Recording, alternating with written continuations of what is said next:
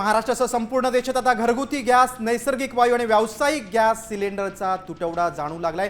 पुढील काही दिवस युद्ध सुरू राहिल्यास ही परिस्थिती आणखी गंभीर स्वरूप धारण करू शकते। याच पार्श्वभूमीवर केंद्र सरकारने एक महत्त्वाचा निर्णय घेतलेला आहे। गॅसचा तुटवडा जाणवू लागल्याने केंद्र सरकारने देशभरात एस्मा कायदा लागू केलाय।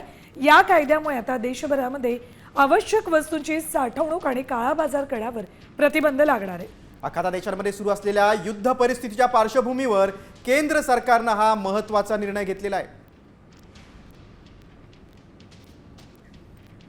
बघा, हा एस्मा कायदा नक्की काय आहे तर 1968 साली संसदेत हा कायदा मंजूर झाला। आपत्कालीन परिस्थितीत जीवनावश्यक सेवा बंद पडू नये म्हणून हा कायदा मंजूर झाला। दैनंदिन वापरात लागणाऱ्या वस्तू सेवांचा एस्मा कायद्यात समावेश आहे। तर गॅस पुरवठा नियंत्रित करणं आणि साठेबाजांवर कारवाई करणं एस्मा कायद्यामुळे शक्य होणार आहे। घरगुती एलपीजी, पीएनजी वाहतुकीसाठी सीएनजीचा प्राधान्याने पुरवठा केला जाईल।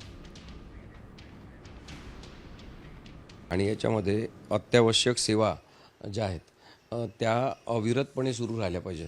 लोकांचं जीवन थांबायला नको, यासाठी सरकार काही आवश्यक सेवा ज्या आहेत त्याच्यावर त्या संदर्भात संप कोणीच करू नये अशी बंदी घालत असतात आणि ते घालण्याचे अधिकार त्यांना आहे।